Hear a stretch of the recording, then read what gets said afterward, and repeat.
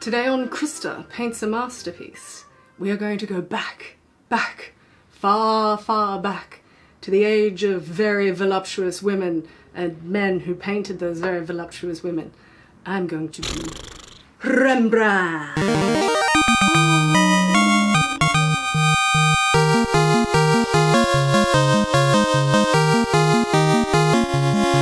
This is going to be quite a tricky one to paint in watercolors. Why, you may ask yourself? Why am I painting in watercolors, you may ask yourself? But why is it going to be tricky? Well, there are very dark darks. There are very light lights. The whole thing is extremely painterly, which means you can see many of the individual brush marks. And none of these things are what normal watercolors are suitable for. However, I'm gonna do it anyway. Yeah, because I'm just that kind of rebellious girl. All right, once again, let's have a quick look at my materials. This is my palette. I have a pretty standard staple of colors that I like to use. Burnt sienna, Pyrrole reds, quinacridone gold, ultramarine blue, baby. These are the same colors that I have used in previous Krista Paints a Masterpieces, and these are the ones that I'm going to use also today. The one addition though that I have not used in previous ones is my gouache palette. So how do gouache and watercolor differ from each other? Good question. Watercolor is by and large transparent. Gouache is always opaque. So what this means is gouache has an additive inside of it. It's usually like a chalk weighting that is mixed with all of the pigments, and consequently it is always opaque. Whereas the majority of watercolor pigments are transparent, which means you can see through them. They're like layers of cellophane. Maybe that doesn't make any sense. We'll get into the details of it in a later one. Okay, let's have a look at my brushes again very briefly. It's the same brushes that I always use. They are my pointy kitties. Pointy, pointy, pointy brushes. And tubes of paint. Tubes of paint. Tubes of paint. These will be my tubes of paint that I will be using for this. Oh, but also my gouache tubes of paint, colors that I will be using, permanent whites and cadmium yellow deep. I also think I'll be using some yellow ochre. I'll be using touches, just tiny touches of gouache in this painting. It will mostly be transparent watercolor. Okay, are you ready? Are you excited? This is going to be really hard. Let's go. Zoom, zoom, zoom. Park. Starting with a wet wash. Giving him some nice rosy cheeks, rosy nose. And now laying in the large overall broad mid-tone, but adjusting the color as I go. Now it's somewhere around here that I realized the sizing had gone. Dun, dun, dun. What does that mean? It means that the glue that normally repels water had deteriorated to the point that I couldn't lift anything. So once my marks were put down, they were staying exactly where I put them, which meant that I had to be really careful about where I was putting those marks and try not to make any mistakes. That's easy. Continuing to build up the mid-tone now. This is definitely the moment. This is the moment when I've realized that there's absolutely no going back. Those marks are not moving again. Working into the dark areas of the eye. So starting to lay in some of the dark areas. Now, so much of the rest of this painting is going to be me using a very tiny brush. Very, very tiny brush. This tiny brush. And this tiny brush. There's a reason why this picture took twice as long as the girl with the pearl earring. That's my pipes. And it is 100% because I couldn't take anything off again. It did make the painting feel quite painterly though, so that is a good thing. So you can see building up a bit more tone, building up a bit more colour, using that very tiny brush. Very, very tiny brush, tiny brush, tiny brush, tiny brush. Feels like I'm looking at a squirrel. Look at a squirrel. Squirrely brush. Squirrely brush. There is a brush that's a squirrel brush. It's not this one.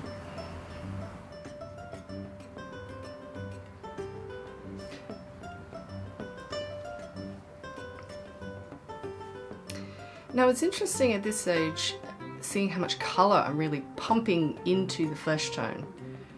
Eventually, once the dark tones go on, the colours do not look quite so garish, but at the moment, it must be said, he does look like he's wearing a lot of makeup. Not that there's anything wrong with that. If you want to wear makeup, Rembrandt, you wear makeup. Working on some moustache. Tiny strokes, tiny strokes, tiny strokes, tiny strokes. As I said, the tiny strokes still build up a painterly quality though, which was quite satisfying in the end. Now it might surprise you to learn that all of these colours are the same 4 or 5 colours that I mentioned before. The variety of colour, tone and temperature that you can get from that very small range of colours I think is really awesome, which is why I use them all the time. Particularly the red, you can get a really bright, rich red, which is quite important around features like nose and mouth.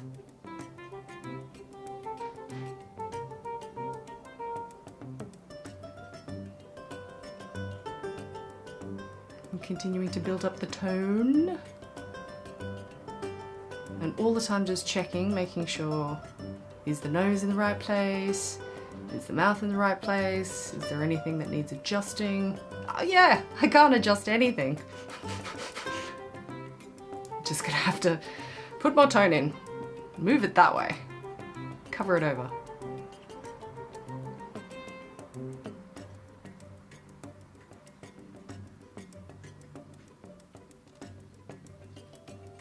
Starting to work on the darker darks.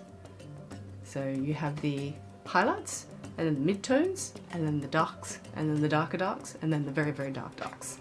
Those are all the technical terms. Well, very much. Highlight, midtone, shadow are the technical terms, in case you're taking any notes.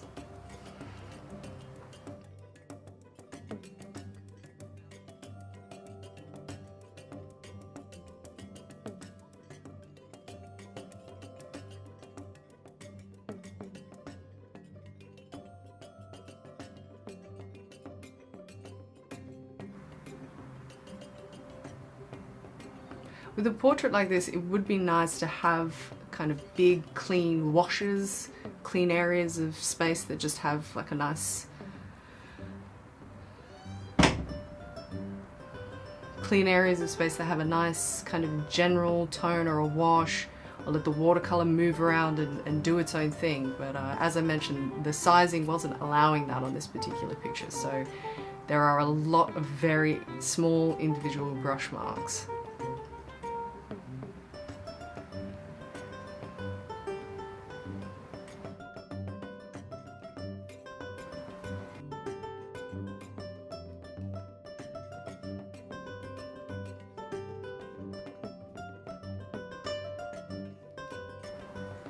Tiny marks, tiny marks, tiny marks, tiny marks, tiny marks, tiny marks.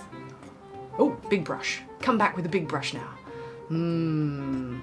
So when the sizing has deteriorated in this way, it doesn't mean that you can't do any washes, but it does restrict how big of a wash you can do because the water and the pigment soaks into the paper very fast, and then once it's there, it doesn't move around again. So you can still do washes on paper that has lost its sizing, but you do have to move very fast.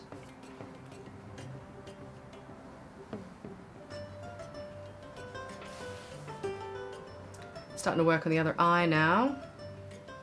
As I was working on the eyes, I was thinking he does have quite small, beady little eyes. This second eye was almost all in darkness though. There's only a couple of very tiny spots of highlights.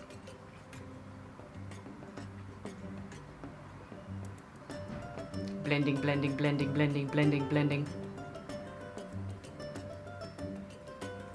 Blending fast. Don't let the paper dry. Don't let the paper dry.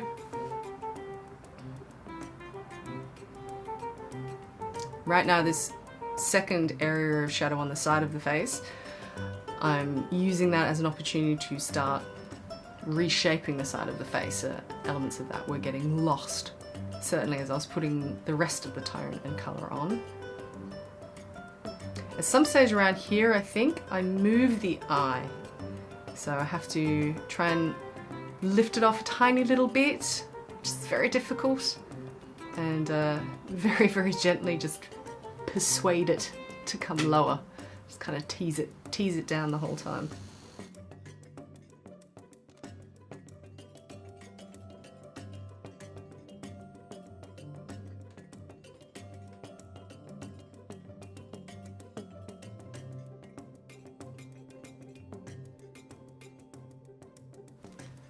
Yes, persuading the eye a little bit lower. There's an angle across the eyes and the nose and the mouth, which I had in the nose and mouth, but I didn't have in the eye, so I needed to shift that eye a little bit lower. Here I am furiously trying to scrub the top eyelid off so that I can move everything a little bit lower.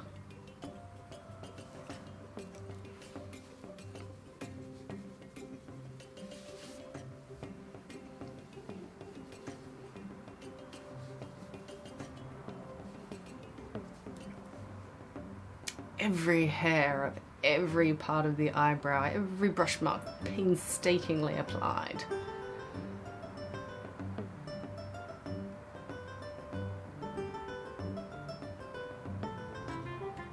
Even with this footage sped up, you can see that there are certainly times where my hand is exhausted. There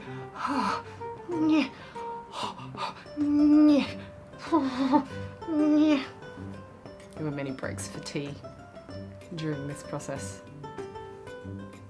Once you put some of these darker darks in, it does make you kind of reassess the rest of the face and sort of think to yourself, you know, did I go dark enough? Is it dark enough? Is it the right shape? And certainly this being such a chiaroscuro painting, how's that for some Italian words? Which means that the light and dark are highly contrasted. It does mean that I really had to push the limits of the watercolor to make it really dark and rich. Watercolor did not like that. Watercolor likes to be light and airy. Well, that's the popular impression anyway. Watercolor does what I say.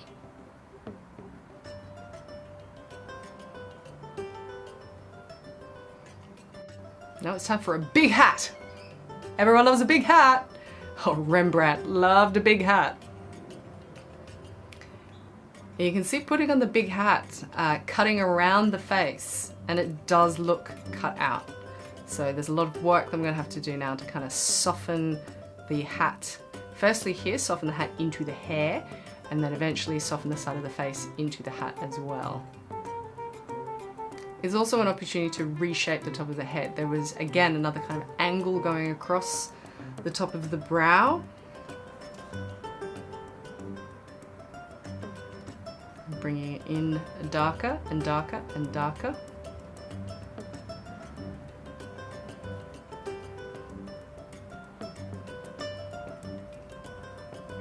And bringing in some of the depth of the hat into the side of the forehead. Again, it's that thing of adding more tone and then having to reassess how much tone you actually have on the paper in other areas.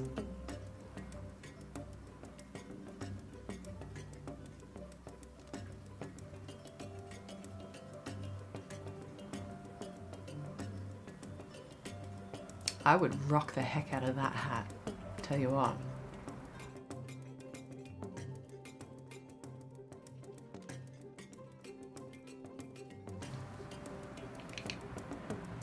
Just saying.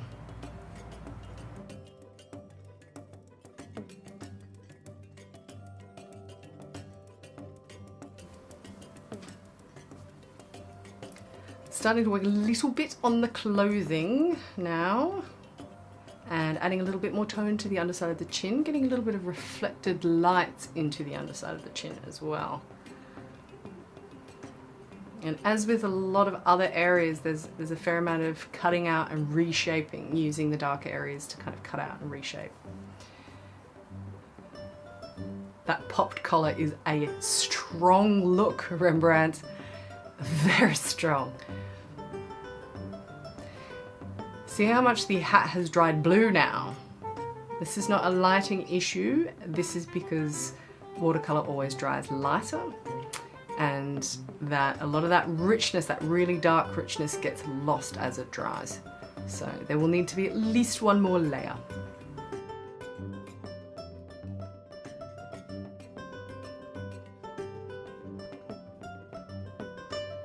At the moment, still working on the hair.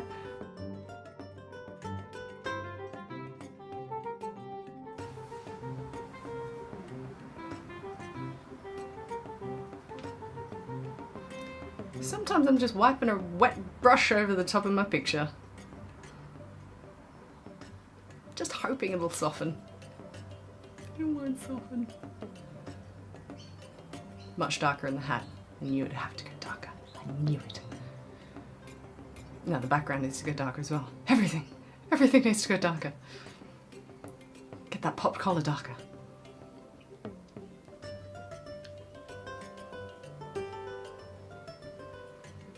I mean, if this was someone's Tinder profile, swiping, which direction would you be swiping? Now lifting off a little bit more of the accents, adding some accents in gouache, gouache, gouache, gouache, adding some gouache accents, which I'll also be doing in the hair. So there's a tiny bit in the collar, and now coming into the hair as well. It's much easier to overlay fine details like hair with gouache than it is to try and leave them behind, which is sort of the only other option.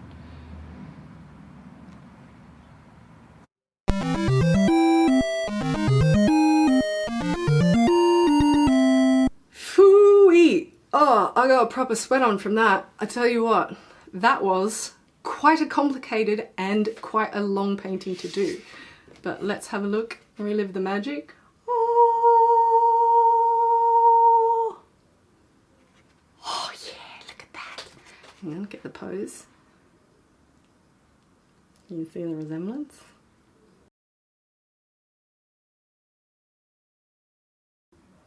I always think he looks like someone's sad uncle who's trying a bit too hard. If you have a request for any pictures that you would like me to do, I'm open to suggestions. I do have a couple more pictures still in the works to make these videos, but I would like to hear from you.